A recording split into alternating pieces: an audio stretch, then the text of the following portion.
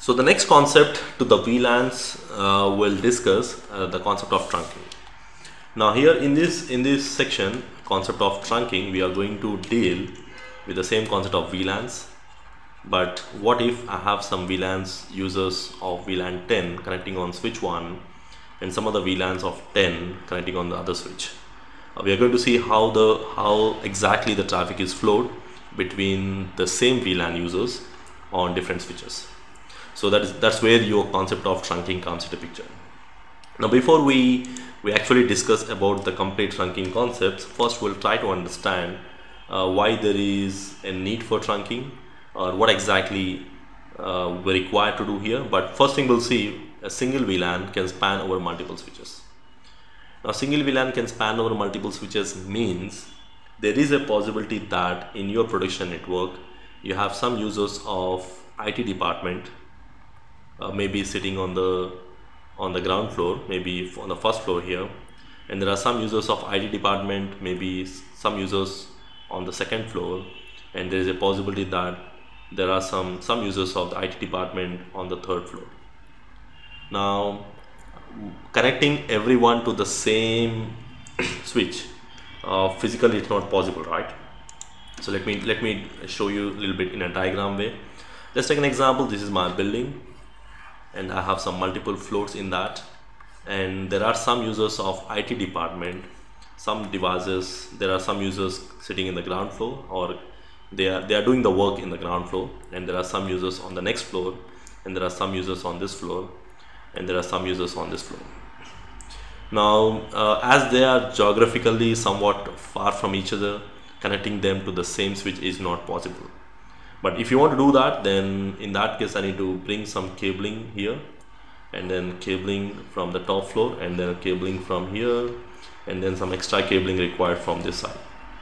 So which means physically connecting everyone to the same switch, it's going to require some extra cabling. So instead what we do is we go with a solution where we connect these users to the nearest possible switch, and then these users connect to the nearest possible switch in the same flow, and then all the users of this will be connecting to the nearest possible switch generally, and then the users on the ground floor will be connecting to the nearest possible switch here. And then we can extend the LAN by connecting a cross cable between switch to switch. Now this is something what you will find in the production networks, and this is the way we connect, because it's not really possible for everyone to connect on the same switch. If they're in the same building, that may be possible, but if you just assume that there's one more building and there are some users of IT present here, and connecting everyone to the same switch is not possible. So there's something what we do, and there's something we should not do it. So now what I mean to say here is a single VLAN can span over multiple switches means there is a possibility that the users of the same VLAN means same department, might be on different switches. They might be on different switches, like some users of IT connecting on this particular switch here, some users of IT connecting on this switch. Now we want to understand how the communication process happens in these scenarios. We are saying that same VLAN, same broadcast domain, and they can communicate with each other, but if they are on different switches, how the communication process happens. Now in order to forward the traffic of the same VLAN user from one VLAN to another VLAN, there is one solution we can use. We can pass the traffic using a separate links for each and every VLAN. That is one possible solution we can think about, where you can have some VLAN 1 user. If you want to send the traffic from VLAN 1, as they are on different switches, we can have a separate link for VLAN 1, one separate link for VLAN 1, and one separate link for VLAN 2, and then one separate link for VLAN 3. You can see there is a separate link for VLAN 3. So which means between switch to switch, we can have one separate VLAN for each and every user, each and every VLAN, but this is not a scalable solution. Because let's take an example, I got 20 VLANs. Will you go with 20 links between the switches? This is something not possible, so we don't use this scenario. So passing the VLAN traffic using separate links for each and every VLAN is something not scalable, not really applicable in the production networks. Instead, what we do, now what we can do is we can use only one common link which can carry all the VLAN traffic, which means we can ensure that the VLAN 1 traffic, VLAN 2 traffic, VLAN 3 traffic, they all can go on the same link without interfering with each other. That is possible. So that's what we are going to see, how it is possible, how it is going to allow the multiple VLAN traffic on the same link without interfering with each other, without conflicting each other. So to understand that process, so before we get into the actual process, that is what frame tagging, let's try to understand there are two different types of links we have here. The first link, we have something called access links. Access link are the links which are connecting to the end devices. These are all access links. So they belong to just one VLAN. By default they belong to VLAN 1, but we can shift them into VLAN 10 or VLAN 20 or VLAN 30 as per your requirement. But at the end, the ports which are connecting to the end devices, we call them as access links, and they just belong to only one VLAN. But the link which is connecting between switch to switch, and this particular link, it doesn't belong to any VLAN. So which means it's not a member of any VLAN, but it's going to carry multiple VLAN traffic. So multiple VLAN traffic means here, if you just take an example here, I got 3 different VLANs.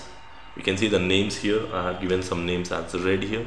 So if any one user of the VLAN red want to communicate with the user of the VLAN red on a different switch, he should go from the same link, and that link we call it as trunk link, which means it is carrying the VLAN red traffic, and also it is carrying the VLAN blue traffic. You can see the user of the VLAN blue want to communicate with the blue VLAN user on a different switch. He should be going on the same link. And also there is one more VLAN, green VLAN. You can see here, if the green VLAN user want to talk to green VLAN user, he will be going on the same link. So just like here, even though they are going on the same link, still I'm going to differentiate, right? So even though they are going on the same link, but now the question is how the switch is going to differentiate each and every VLAN.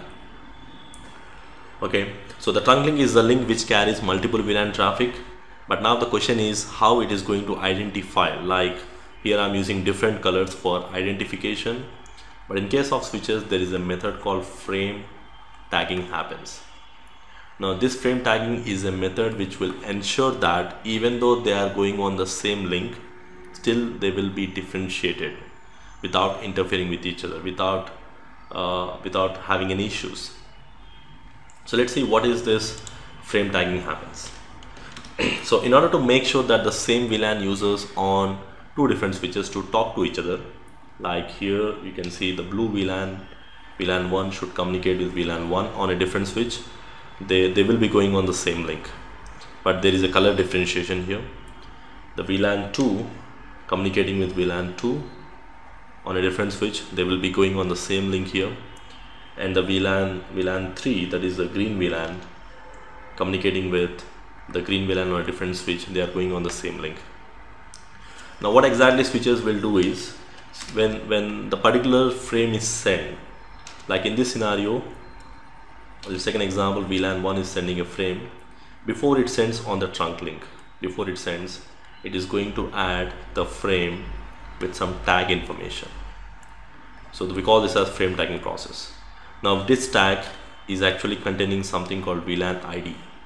Now in that particular tag, it is going to add the VLAN number and it is going to send over the trunk link. Now here for easy understanding, we got different colors, but the frame is sent with a tag, and in that tag is like extra header information added inside your frame or a packet. Now why it is doing that? Because the switch 1 knows exactly from where it is coming. It's coming from VLAN 1, but the switch 2 do not know exactly which VLAN it belongs, because all looks same, they all are frames. Now there should be some differentiation to inform the remote side of the switch, that is switch 2. Now it will be sent with a tag. Now the switch 2 will receive the frame with a tag, and it will see the tag information. It realizes that it belongs to VLAN 1, okay, and it will remove the tag and it's going to send back to the switch 1 as a normal frame. So if you just try to observe here, when the switch is sending, it is sending as a normal frame. Sorry, when the PC is sending, and when the switch is receiving, it is as a normal frame, and when it is sending on this side, it is just as a normal frame. So it is just a frame to frame, but when the particular switch is sending on the trunk link, it is going to add the tag here, which means when it is sending, it is going to add the tag on that particular frame, and once it receives on the other side, it is going to see the tag and it is going to remove that particular tag, because once it sees the tag, it comes to know that this frame belongs to VLAN 1. So the switch 2 will ensure that it is going to send only to the VLAN 1 and it will not send to any other VLANs. Now this frame tagging is a method which is going to ensure that even though there are multiple VLAN traffic going on the same link, but still each and every frame is differentiated and identified on the remote switches, and this will ensure that even though they are going on the same link, still the VLAN traffic is differentiated. They become a part of the separate broadcast domain. Now this is what frame tagging methods, and this frame tagging method happens only on the trunk links, and when it is sending anything, it is going to add the tag. Once it receives anything, it will simply remove the tag after seeing that particular VLAN information in that. Now frame tagging is mandatory and it is a default process which happens on the trunk links.